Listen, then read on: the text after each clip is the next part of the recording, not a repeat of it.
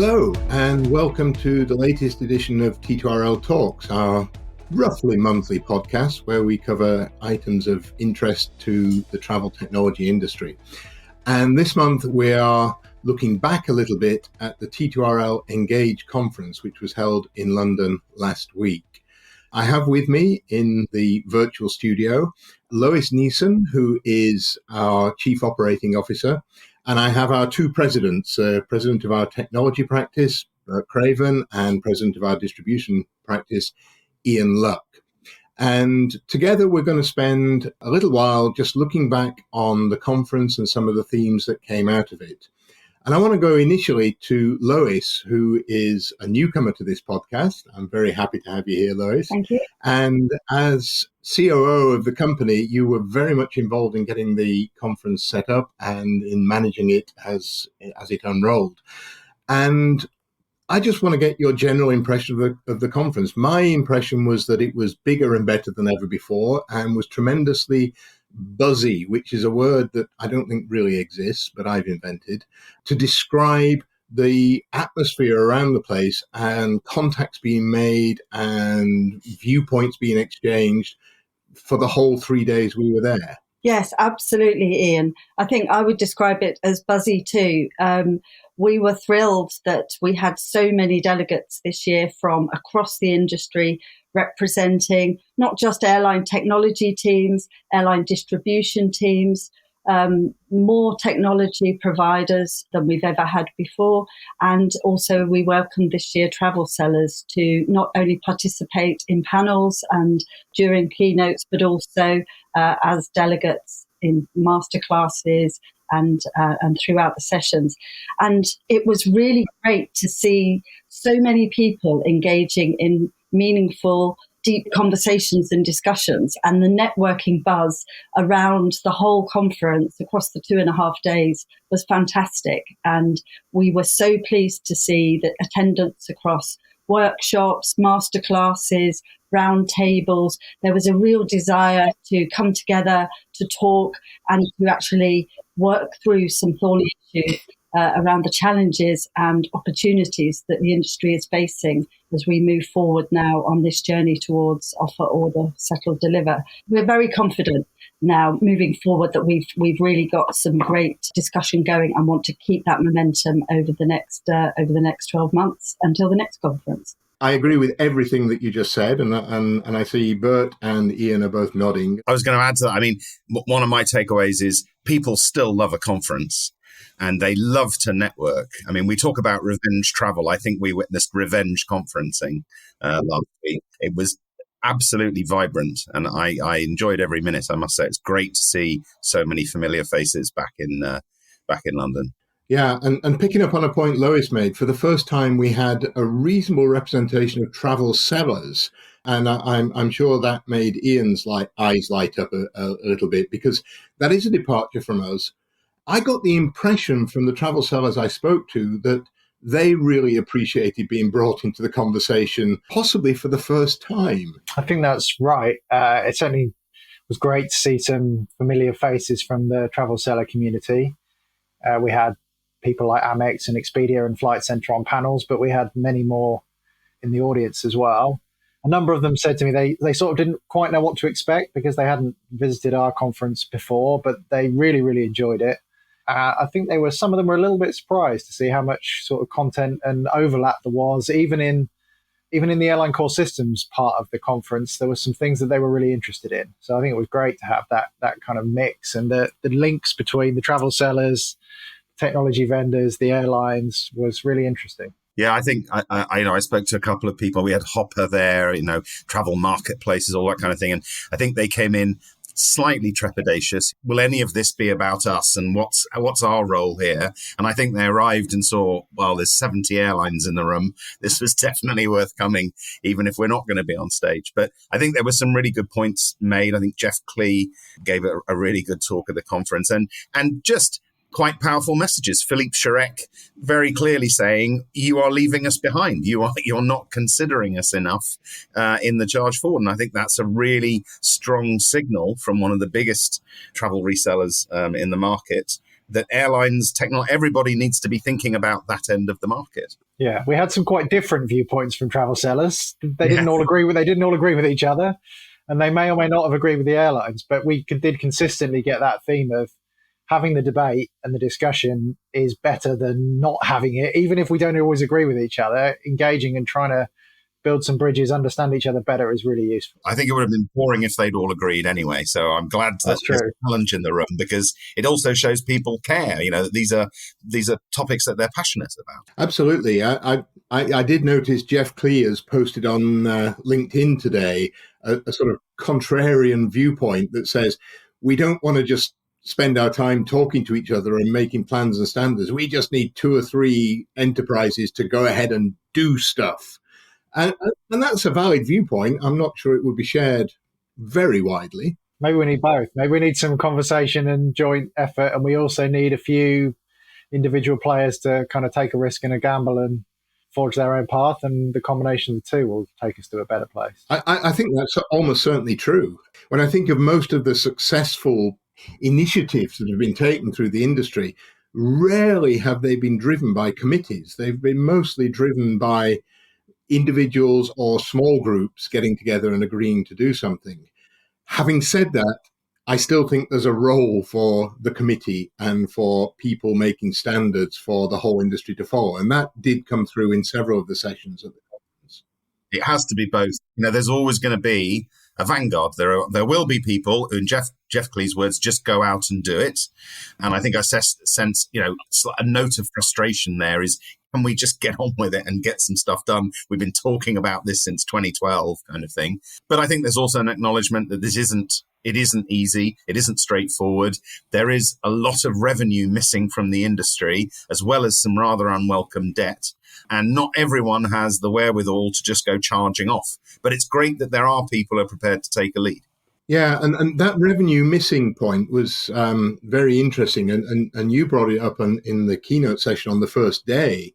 COVID may be over as an active pandemic, but the hangover is going to be with us for quite a while, because the vendors who should have been investing in systems to deal with some of these new standards lost a huge chunk of revenue through COVID, and it's still not been fully restored. It won't be. I think we tried to make the point that, people make investment plans on longish cycles, and they've all had to be revised. They would all have been predicated on 2023 passengers boarded of 5.8 billion. We're at 4.3. And I think it's fine. We're rejoicing that we've got back to 2019, but we've only got back to 2019.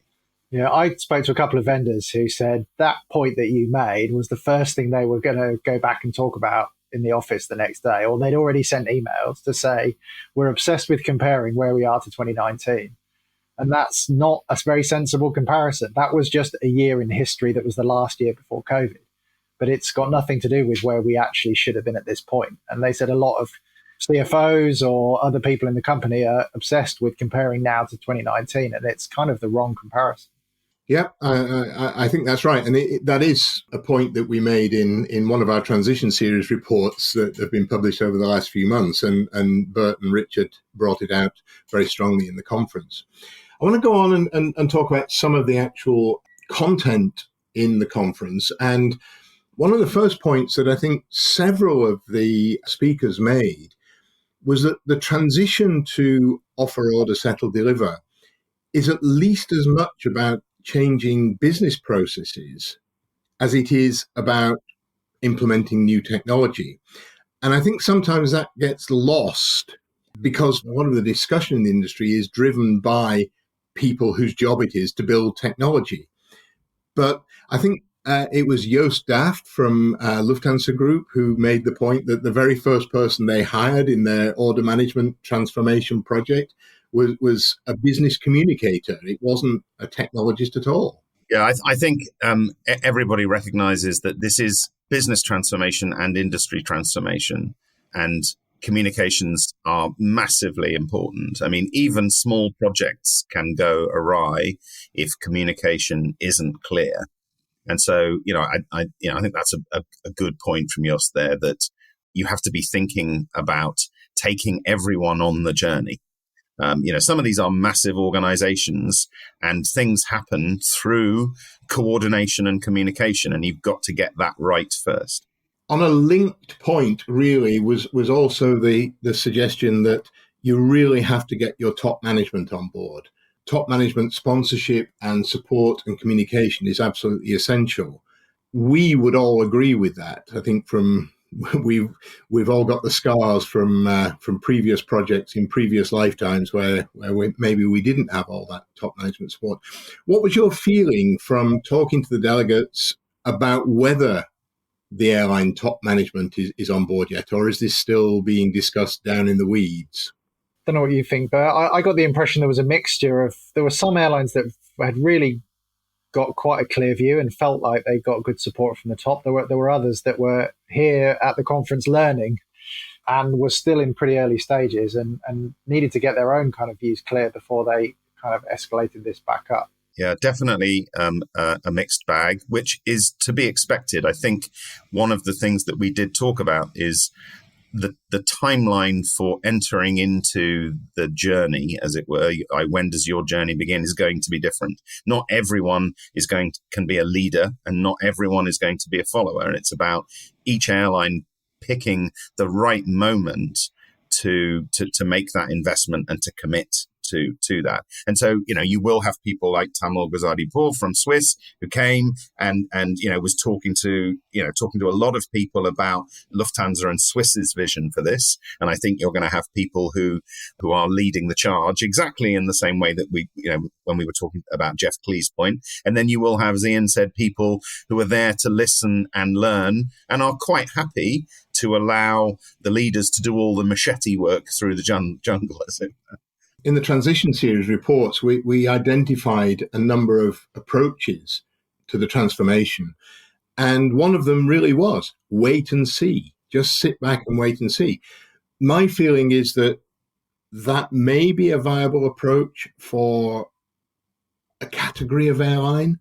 But I think for the big dominant airlines, whether they're network carriers or LCCs, I'm not convinced that really is viable. I think any airline of a certain critical mass really has to have a process in place already, even if it's right at the very beginning. Yeah, I think we also have to clarify what we might mean by wait and see. Wait and see definitely does not mean do nothing. That means you need to be doing your research, you need to be doing your planning, you need to think about your business case. The waiting and seeing involves a lot of seeing, as it were, yes, while you are waiting. So this is definitely not a suggestion that people can do nothing. I think one of the points that we've been trying to make to people is you have done your last non-OOSD deal. Any kind of procurement really now that you're doing in the commercial space has to at least consider the OOSD future. It might not be the first stepping stone on your path, but I think you ignore these things at your peril now, given the length of contract that get signed. Yeah, and that comes back to it. It's really our job to help people in the seeing part of wait and see. It's our job to try and identify what are the issues and what are the things people need to be thinking about, and maybe suggesting some ways forward. We can't do it for them, but we can certainly provide information. And that really is T2RL's function, whether it's in our written output or whether it's indeed in an event like Engage. So moving on, OOSD, we've kind of all identified those four components. Is there a danger that we're oversimplifying that, in that maybe offer contains a whole load of disciplines and a whole load of technologies that people need to put together, whether it's revenue management, whether it's pricing, whether it's packaging, all of those things. And then at the other end of the scale, deliver. At the moment, I think there's an assumption that deliver is going to be basically today's DCS with a few tweaks. But in the very last session of the conference, we heard some slightly different opinions that I think need to be aired and need to be discussed more.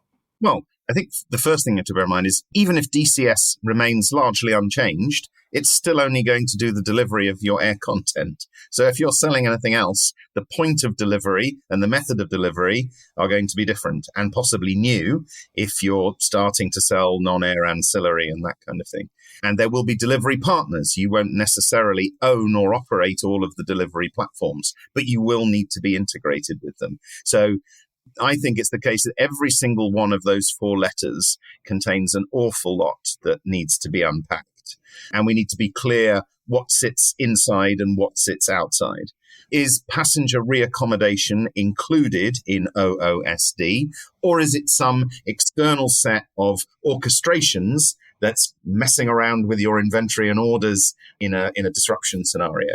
You know, I've had lots of different conversations and almost as many different opinions on a number of these components. Are they in the box or are they not in the box? A lot of airlines, I think, have ambitions to make their delivery environment far more commercial. They want to still be selling you stuff until the moment you get on board. In fact, even after you're on board, even after you've got off the flight at the other end, they want to continue to have a commercial relationship with you. Is that something that was much discussed at the conference? Were people really identifying this as a driver? Yes, I think so. And it also comes up in the conversations we have generally with airlines that the opportunities to sell flight ancillaries is something many airlines have sold for a while, although I think many airlines still think they could do a better job of that. And then things beyond the flight, whether it's reasonably connected to airlines like lounge access or fast track or something, is things people are thinking about. But then all the non-air ancillaries as well. So it definitely feels like it's a subject of much debate.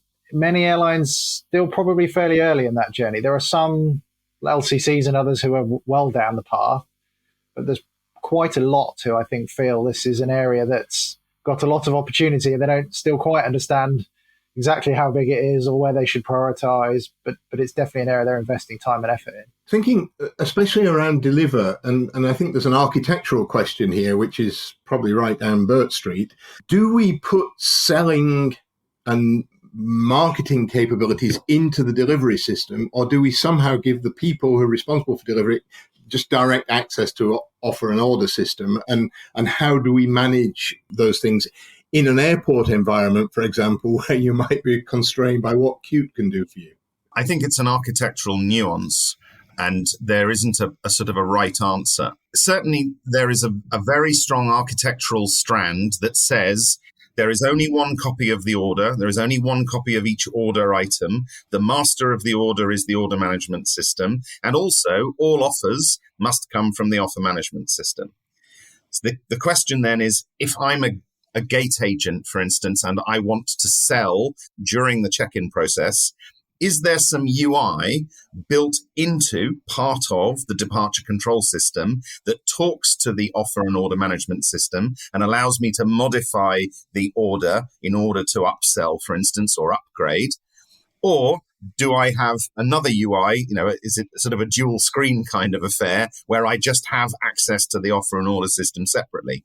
And to be honest, I don't think that there's a right answer to those things. If some DCS supplier says, no, right there in the check-in flow, I'm going to have UI built into my system that talks to offer and order, that's a perfectly reasonable architectural choice. And I certainly think for fully integrated systems where you've got, offer, order, and deliver, at least, coming from the same provider, it would make sense.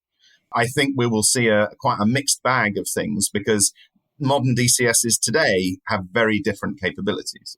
Yeah, and that really brings us on to the question of modularity, which I do want to talk about a little bit. But first, I just want to circle back to the question of standards. We missed out this time on having anyone there from our friends in IATA. And I think I would just like to put it on record that that's not because of any lack of willingness on either side.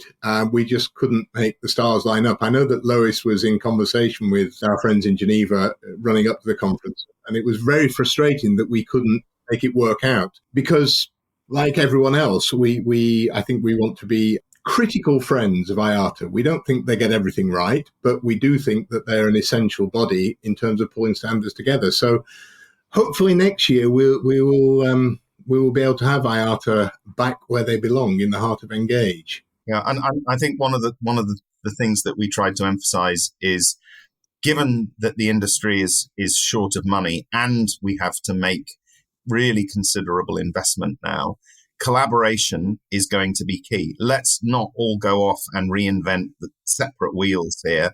There is going to be a huge need for standards bodies like IATA. There is going to be room for industry utilities like ATPCO, because that's how we create efficiency in large groups of competitors with broadly similar needs.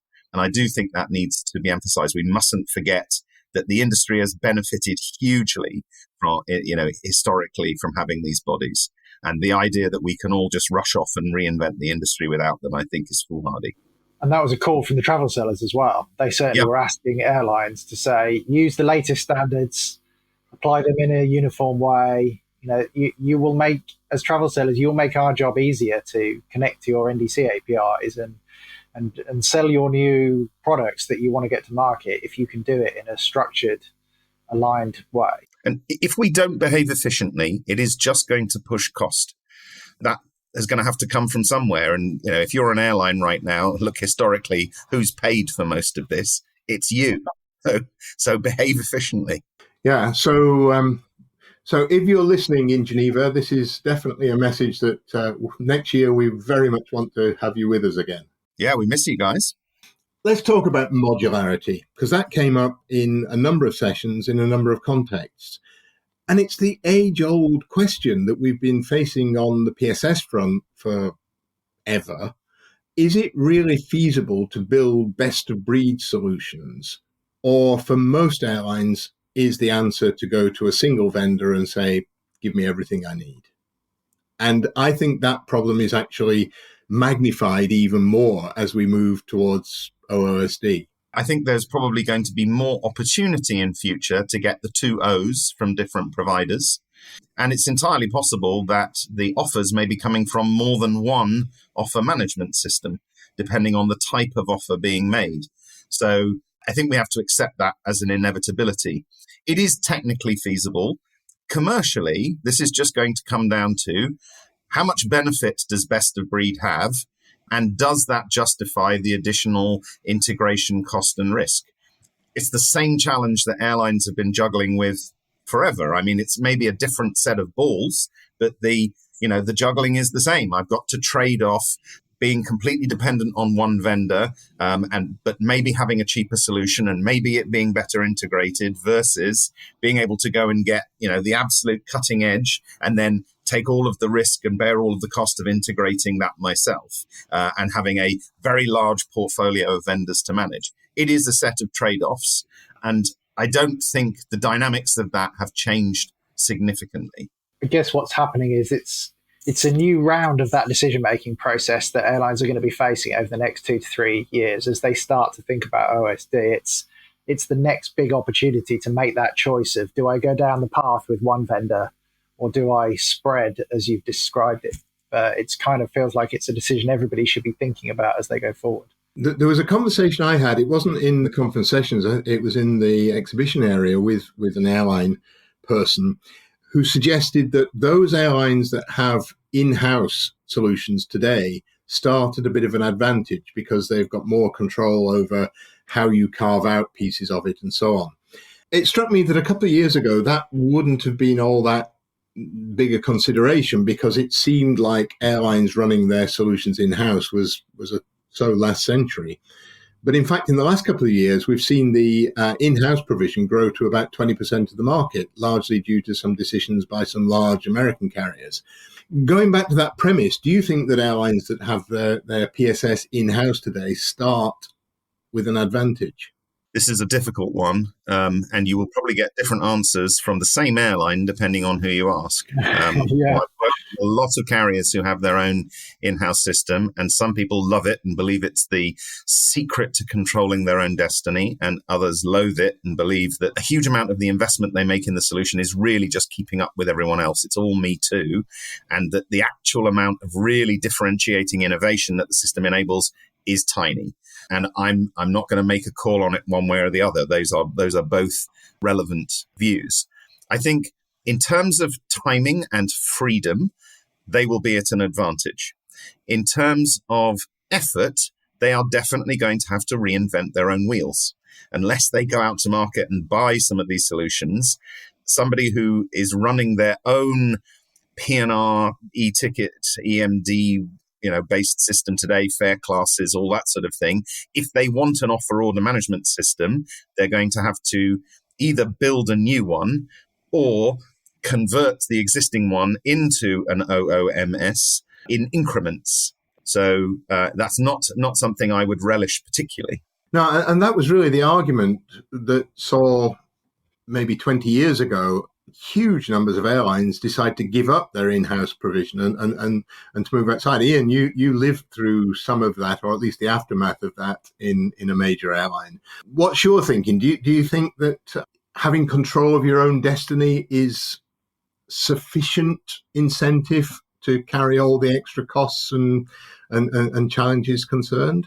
I very much kind of echo Bert's point that within the airlines that I talk to, you do get different views on this. I wonder whether there'll be, linking back to the modularity point, there'll be airlines where there are parts of the system that they try to keep in-house, something that they feel gives them some of that kind of an advantage, a bit of IP that others don't share, whereas they'll say, actually, 60% of the system I could buy it off the shelf and it could be more transactional.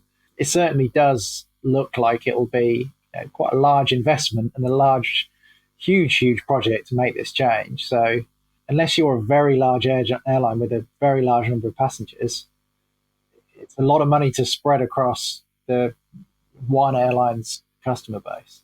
Yeah, a lot of these airlines that have an in-house system, they have a commensurate IT organization for maintaining that system. But let's be clear, they have an IT organization for maintaining that system, not doing a massive transformation program to turn that system into something else. So even they will probably have to significantly transform their IT organization into one focused far more on delivering large-scale change, unless they're going to do a kind of death by 1,000 cuts approach of, I've been there, and seen these transformation programs from the inside as chief architect. Whatever you say, you cannot transform a horse and cart into a Ferrari by a series of small incremental changes. It just doesn't work that way. Organizations who maintain their own PSS or their own order management system today, whatever you want to call it, are doing just that. They're maintaining and they're keeping up. And this is going to be an entirely different mode of operation for them if they decide to try and transform that platform. Yeah, I mean, that brings back memories of the 1990s when talking to some airlines about the size and shape of their IT organization and things like the CETA annual survey of airline IT and just the sheer proportion of IT staff who were just engaged in keeping the lights on versus doing anything new or innovative was quite scary. So we're all agreed that going it alone is only going to be an option for a very small number of very large airlines and possibly one or two very innovative startups. Yeah, I think that's right. I mean, I have spoken to a handful of those very big airlines who have huge in-house systems and sort of said, how are you going to deal with this? And some of them have sort of shrugged. And, at least one, though, has said, we began this journey years ago. We're nearly there. Now, I don't know if that's true, but there are certainly some people inside some of these carriers who do not necessarily see this as a huge transformation. They believe that they are a fair way through that journey. Well, that will be very interesting to see how it pans out at next year's conference and beyond.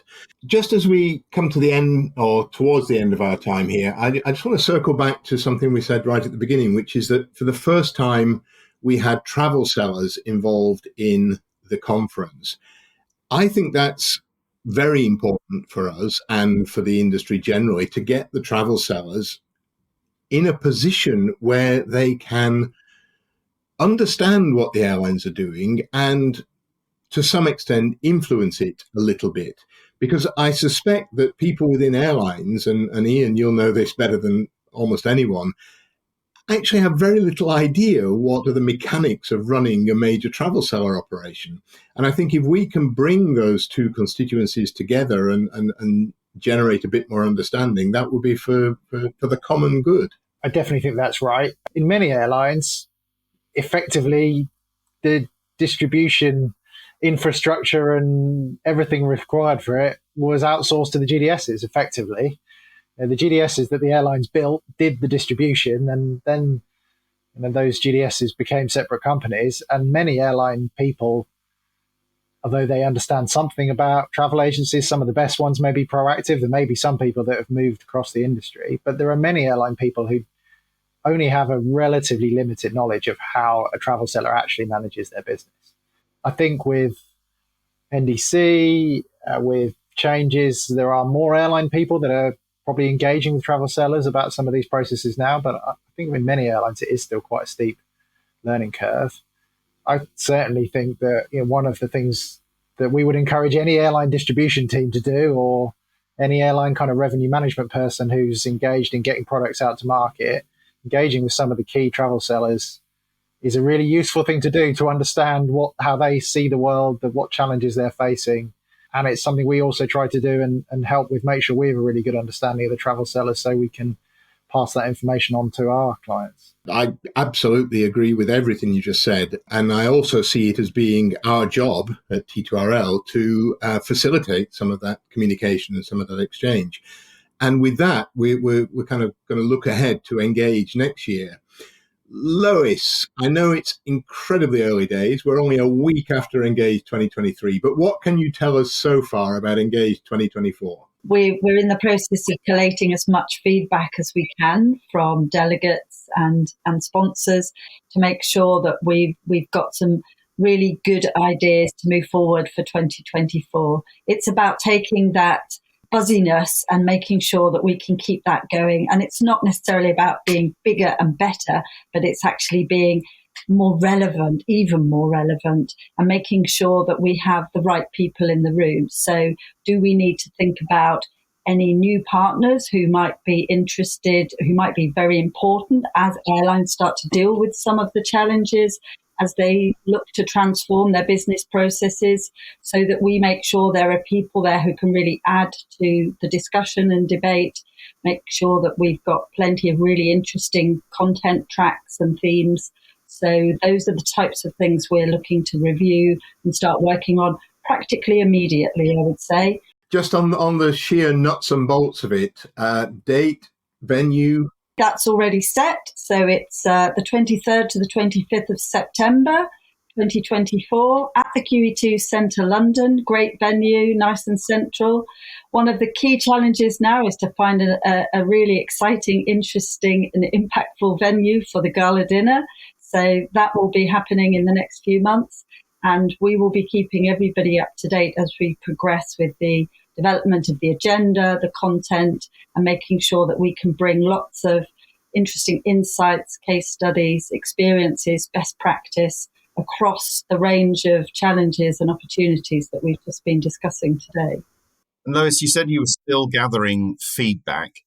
If people were there last week and haven't submitted feedback, they can still do that via the app, or how do they provide their notes of appreciation?